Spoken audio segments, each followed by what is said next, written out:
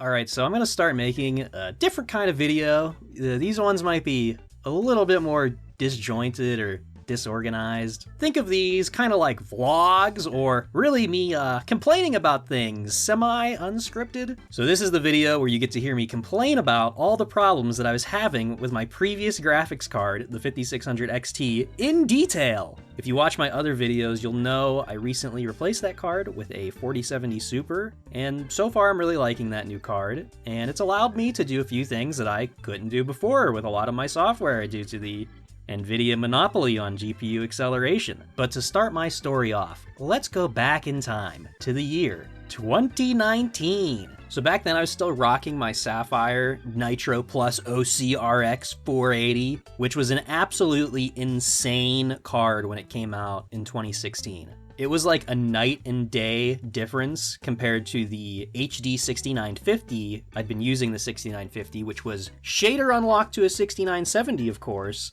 since that came out in 2010, late 2010. But anyway, it's November 2019, and me and Gunth were on TeamSpeak bullshitting about Half-Life 3, and he's saying it's never gonna come out, as usual. And I told him, I said, if Half-Life 3 came out tomorrow, but it cost $1,000, I would still buy it. And the very next day, Half-Life Alyx was announced. So I decided I would buy a Valve Index the next time they were in stock, which was a whole ordeal of its own. I had like the war room going with countdown clocks, so I could know exactly when to refresh the store page so I could add it. Either I was super lucky or maybe I was just fast, because I got in with the first batch of the new Index orders and it arrived just a week before Half-Life Alyx came out. And as for my computer, initially I was just gonna buy a new GPU for my main PC. I was actually deathly ill with some kind of mystery respiratory sickness throughout the entire months of December 2019 and January 2020. So that delayed me from actually deciding on what GPU I wanted to get. But during Christmas that year, my uncle ended up getting me this Apivia case that I had on my Amazon wishlist,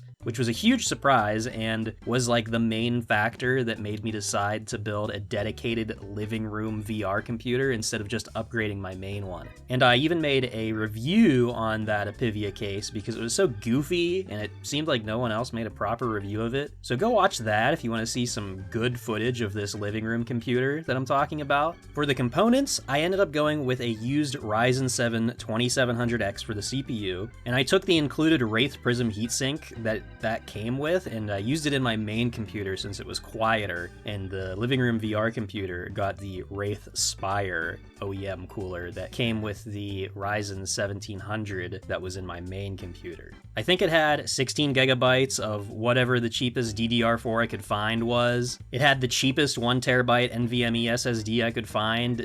I think it was a Sabrent Rocket. It had the cheapest but not totally horrible AM4 motherboard. I don't even know what it was. And the cheapest modular 650 watt power supply I could find, which was a Thermaltake Smart RGB one. And that seemed pretty decent for the price, but the one I got, it stopped working on me, so I had to RMA it 2 weeks before Half-Life Alyx came out. And of course, the graphics card, the 5600 XT, came out in late January 2020. That was getting super good reviews, especially the Sapphire Pulse version, which I probably would have gotten anyway since every AMD card I ever had was made by Sapphire. I bought this for MSRP, so like every other GPU I've bought, it was about $300. So I finished building the living room VR computer in the first week of February 2020, maybe slightly before then, and I had it hooked up to the TV in the living room, awaiting the arrival of my Index and Half-Life Alyx, which would come in late March. Right when everyone in the US began pretending to get freaked out over literally nothing, causing an artificial supply chain collapse, but also awakening people to the fact that their mostly worthless jobs can be done without needing to travel to an office every day. And thus began the computer part price apocalypse. Anyway, Half-Life Alyx ran wonderfully on the 5600 XT. I'm pretty sure I had all the settings maxed out, and I was even able to record a lot of my gameplay using the GPU's video encoding capability. There's some older videos on my channel that have that footage, but I really had absolutely no problems at all with this computer. It ran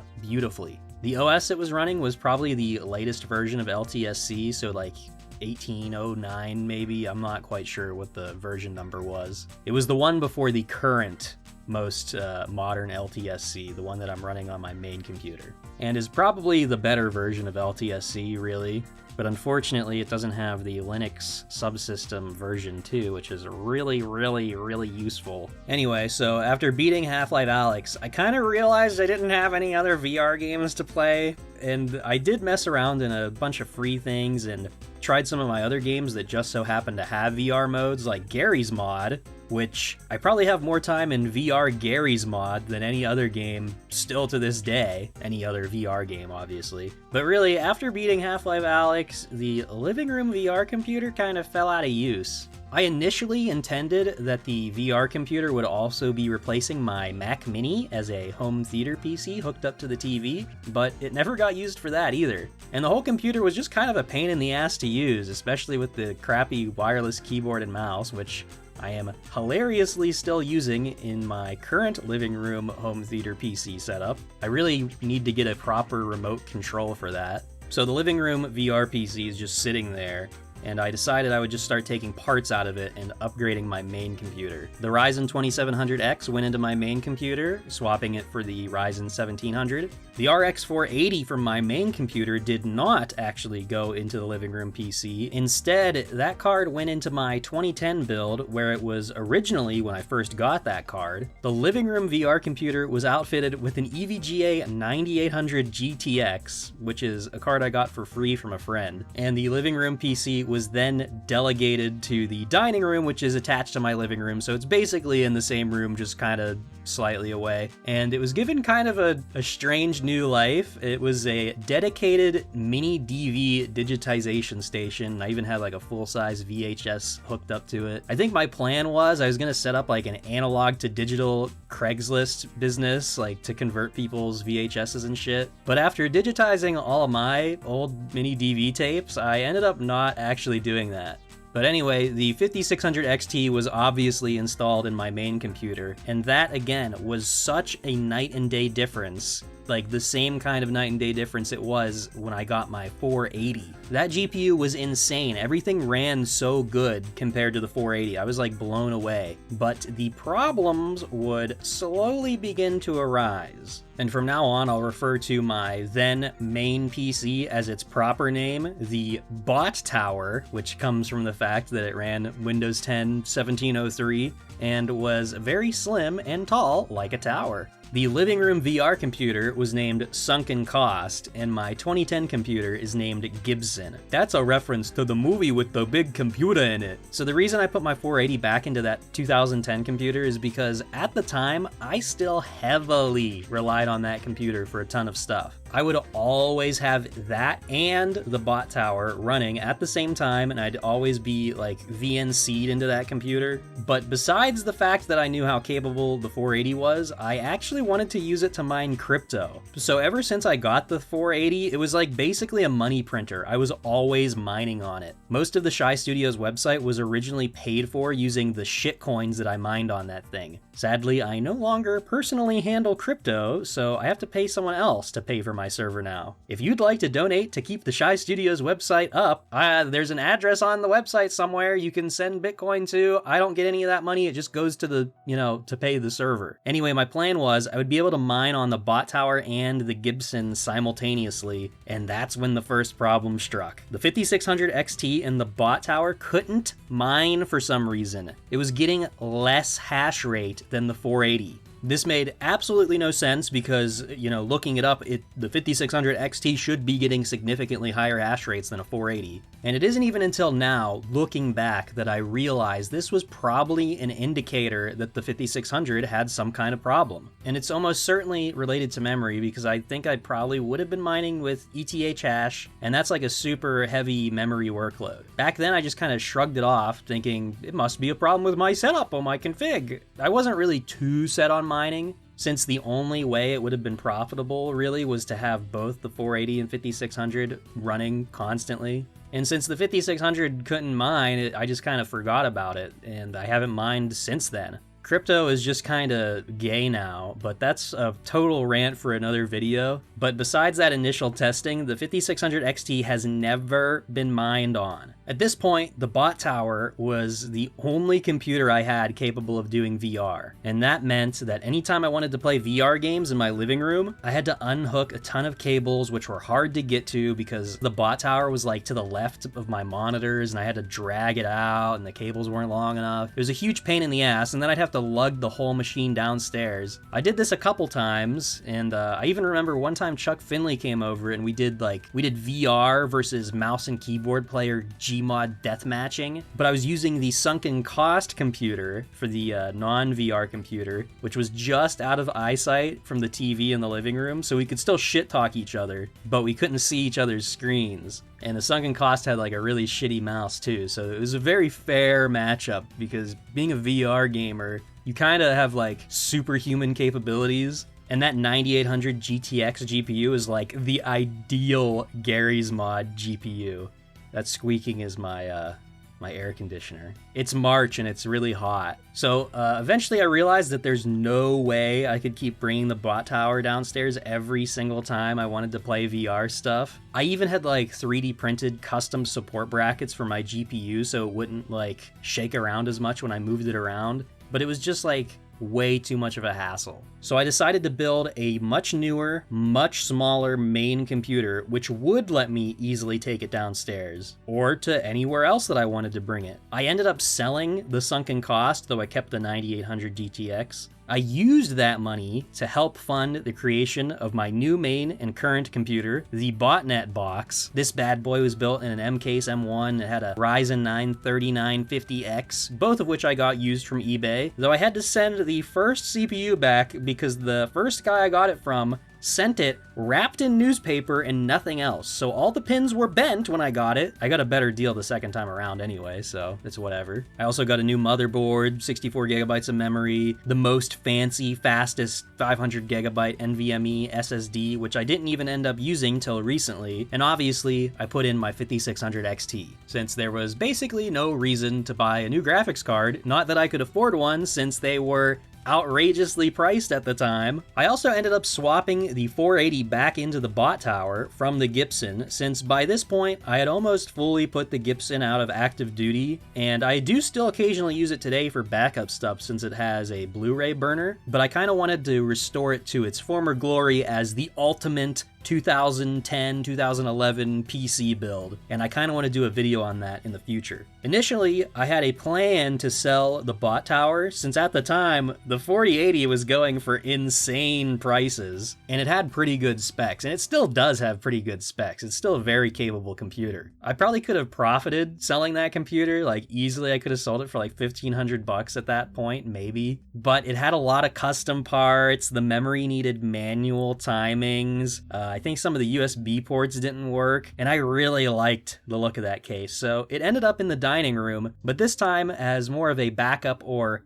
guest computer. This replaced my previous guest computer, and that previous guest computer ended up as my new Kodi home theater PC, replacing the Mac Mini. So if anybody wants a 2010 Mac Mini that's running, I think it's running Yosemite, it's totally riced out. I have it all like set up. Hit me up. I'll sell it to you. $300. You could probably get it for like 50 on eBay, but you want my Mac Mini? You gotta hit me up. Anyway, so the botnet box, it's built. I threw in my same exact NVMe SSD from the bot tower, and I didn't even have to reinstall Windows. It just worked till it didn't. After a while, I would get this really weird behavior where when I launched certain programs, my entire computer would just turn off. Or like, I think it would even do that thing where if you have audio playing, it would kind of like skip the audio and just go to a black screen. I assumed at the time this was happening as a result of me not reinstalling Windows and something goofy was going on, or that maybe I had a problem with my CPU or memory. I currently think these problems were likely due to the older Samsung NVMe SSD being faulty, which they were known to be, since eventually that drive did fail on me, luckily in read-only mode, and that drive failure led to me installing a new version of Windows 10, the latest LTSC, which I kinda hate in comparison to the older version of Windows 10 that I was using. crashing, but I put this on the newer Samsung NVMe drive that I bought when building the botnet box, but I had never used it till this point. And this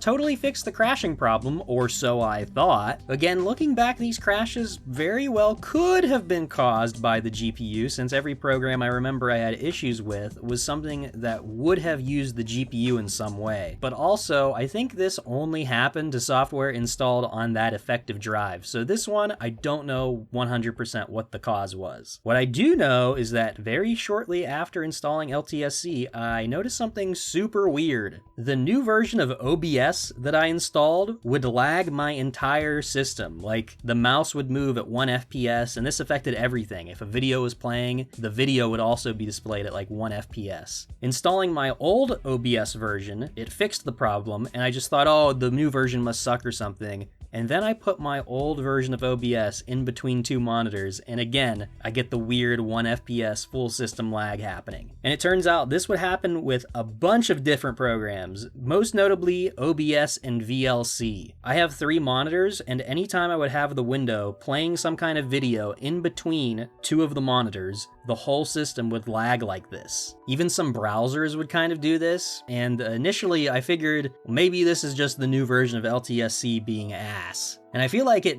kind of magically went away at some point. I don't update Windows, so it wasn't an update that fixed it, and I'm still using that same version of the OS now with my new NVIDIA card, and it doesn't happen at all. It could also be that I simply trained myself to never put videos between 2 monitors because I don't remember it being much of a problem recently. So either it was able to happen, or it fixed itself somehow in the year leading up to me buying my new GPU. But I suspect this was GPU related because of another problem which I'll talk about in a minute. But first, I gotta tell you about slider hell. So besides the putting windows between monitors issue, I didn't have many problems for a while. But eventually one day, when using Adobe Camera Raw or maybe Lightroom, my computer once again crashed, and it happened again and again. Now, I didn't initially know exactly what was causing the crashing. I kind of thought that it was, the same kind of crash that was happening on my old version of Windows, and that the problem still existed and it didn't fix itself like I thought it did. But I did realize that in Adobe Camera Raw or Lightroom, anytime I moved certain sliders, it was like a random chance that the computer would crash. I was super convinced this was CPU related because if you watch the CPU graph when you move those sliders, the usage spikes. So I thought maybe like, oh, it might be, spiking it to above the max temperature and it's shutting down for safety or something. I spent weeks trying to change the settings and eventually updating my BIOS, and I was underclocking and setting thermal limits and doing new fan curves, and nothing fixed the problems, though I now have a super optimized CPU and a near silent fan curve when the computer's not under load. And at one point I decided, hey, what if I disable GPU hardware acceleration in Lightroom? And what do you know, that immediately fixed the problem. And still, I somehow didn't suspect my GPU of being the problem. I thought, oh, it was something that was my fault, software-wise, or maybe I had bad RAM or a bad CPU, or maybe my motherboard had a problem. Anything but the GPU for some reason. That is till early 2023, when I booted up SimCity 4 and discovered my normal launch options, which specify DirectX mode, caused the exact same kind of weird 1 FPS lag, but localized to only within SimCity, and only when I scrolled around my cities. Turning off DirectX mode and using the software renderer immediately fixed the problem. So I get Gunth to install SimCity 4, didn't happen for him. Then I install it on the old bot tower, it didn't happen. And that was also now running the newer version of LTSC, so it wasn't an OS related issue. I pretty much came to the soft conclusion that, well, maybe my GPU doesn't like SimCity 4 for some reason. Which is funny because I'm now thinking the same thing with my new NVIDIA card, since I have similar but not the same kind of lag, but only in the region view of that game. So I don't know what's going on there. But anyway, I again forget about possible GPU issues till I decide to go and play some VR games for the first time in like over a year. And amazingly, now Steam VR also has a weird stuttery issue. Like I can't even navigate within the home area to launch my VR games. The same thing happened in Half-Life Alyx. And then Mist VR did it too, and then suddenly fixed itself after like my computer crashed, so I don't know what happened there. But I was able to fix it in the Source 2 based games by enabling Vulkan, and that made it not lag at all. And remember, this is the card that I played those games on when they first came out. At this point, I'm like finally connecting the dots in my head, but still haven't quite made the connection, Mr. Obvious. Then last summer, I'm working on editing these film scanning videos, and suddenly, out of nowhere, when working in Adobe Premiere, everything starts crashing. And I had been using Premiere super hard for like weeks straight. I was like producing crazy videos, and just all of a sudden it starts crashing like this. And when I say crash, I'm talking like the system just turns off, black screen, and then reboots itself. So Premiere's crashing like every time I do anything. And I spent probably a week, maybe more, troubleshooting and trying everything, except the one thing that fixed it, which again was disabling GPU acceleration. Without GPU acceleration in Premiere, it didn't crash at all, but I also couldn't do anything useful in Premiere, and it was now slow, so I was kind of stuck for a while. I figured out that when moving text around in Premiere, that was the main thing that caused crashes to happen most often. So I, for a while, was just editing videos without any text in them, or I would just have it like, I'd edit the text, move it, save it, and hope it didn't crash. And at some point I discovered if I downclock my GPU core and VRAM all the way, then the problem magically went away. And again, this problem just randomly popped up. No Windows updates changed anything, no Premiere updates, no driver updates, everything was the same and working fine for years, and one day it just starts to become unusable for seemingly no reason. I actually have a video of this happening in Premiere, which I will now insert here. And I'm just gonna drag it out. Okay, so nothing happened yet. Of course, it's not going to crash this time because that would make sense. That would make sense. Oh, no, there it goes. Yeah, so just moving the text around, whole computer fucking turns off. The whole fucking thing. What is that? What is that that's doing that? Every single time. So, like, I have to deal with this bullshit. New sequence. 1080, 24, my custom one. Sequence settings. Just so you can see. Everything's normal. I'm gonna drag in a photo of a train. Cool train photo. I'm gonna put some text on it. Cool, that's my cool text. And I'm gonna move the text around. And there it goes, it crashes. So, I don't know what the fucking issue is. I couldn't tell you. And it pisses me the fuck off. And I have to deal with this constantly. And sometimes it'll even crash when I don't have media like that. I'll just like right click on Premiere somewhere. Like I'll just like delete a track, like an audio track, and it'll fucking crash the whole computer. Like, what is it doing? It's not my fucking shit. It's either my GPU or it's Premiere fucking sucks. And this never happened until just the other day. So I don't know what the fucking... I've been using Premiere on this OS. Nothing has changed at all. Yeah, basically, I fucking hate computers.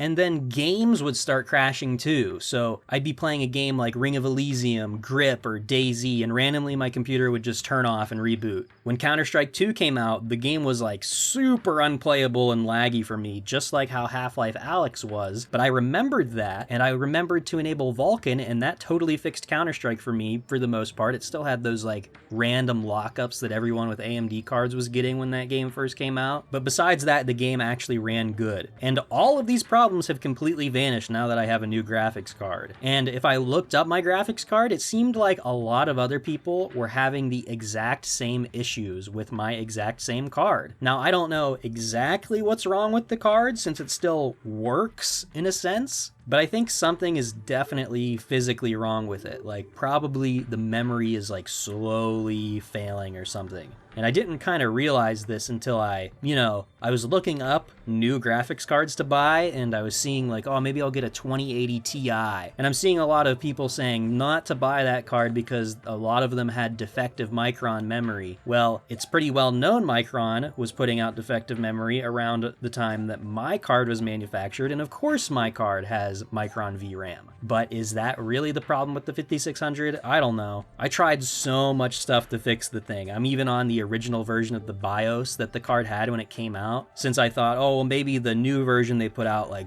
broke something in some way. Obviously, I replaced the thermal paste like any normal person would do. I had a friend who had an older AMD card. I think he had a 390X, and he was getting crashes in games, and he replaced the thermal paste and got like another 2 years on his card till he built a new computer. But after I go and replace the thermal paste on my card, I learned that Sapphire doesn't honor their warranty if you replace the thermal paste. Sure, they can't legally do that, and I could send it to them, but the card's only worth like $80 secondhand, so what's the point? Let's say they fix it, I'll probably have to pay shipping anyway, and then who knows if the card actually gets fixed for real, and if they decide that I don't get my warranty, they're gonna try and charge me to repair it. In either situation, I'm now down to even less possible value this card has. Like, what am I gonna do? Sell it? There's like no point. It really sucks, and these like warranties are, you know, I've been getting screwed with warranties lately. That Samsung NVMe SSD I had that died on me, I opened up a ticket, and this was in December of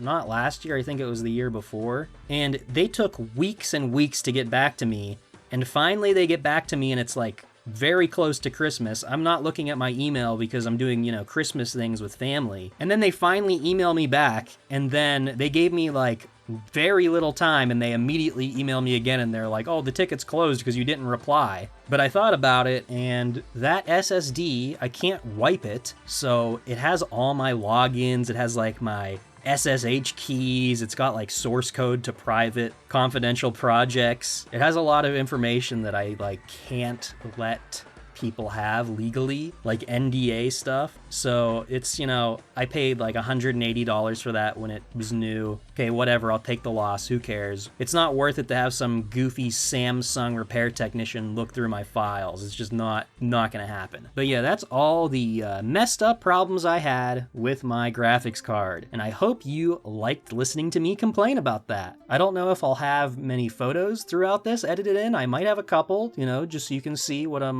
talking about. But that's pretty much it. And if you've made it this far into the video, I'm gonna try something a little interesting. At some point in this video, I will have a secret word appear on the screen. And if you post a comment with that secret word, then I'll shout you out at the end of the next video that I do in this format, which may not be for a long while, but I'm gonna put the cutoff point at 1 week after this video gets uploaded to YouTube, plus or minus a few days, depending on when I remember to go through the comments. But if you comment after that point, then you will not be included in the shoutouts. And ideally, I'll keep doing this for every video I do like this in the future. And who knows, maybe this channel will just become me complaining over top of gameplay footage or something. Because let me tell you, I got a lot of things to complain about, okay? I have a whole text file of things I could make videos of me ranting about. But for now, that's it. I hope you enjoyed this one. Subscribe if you're not. I don't know how you're not subscribed if you made it this far. Go watch all my other videos. Just go put it on autoplay. Just watch all of them. I need the watch hours. But I'll be back next week with another epic video.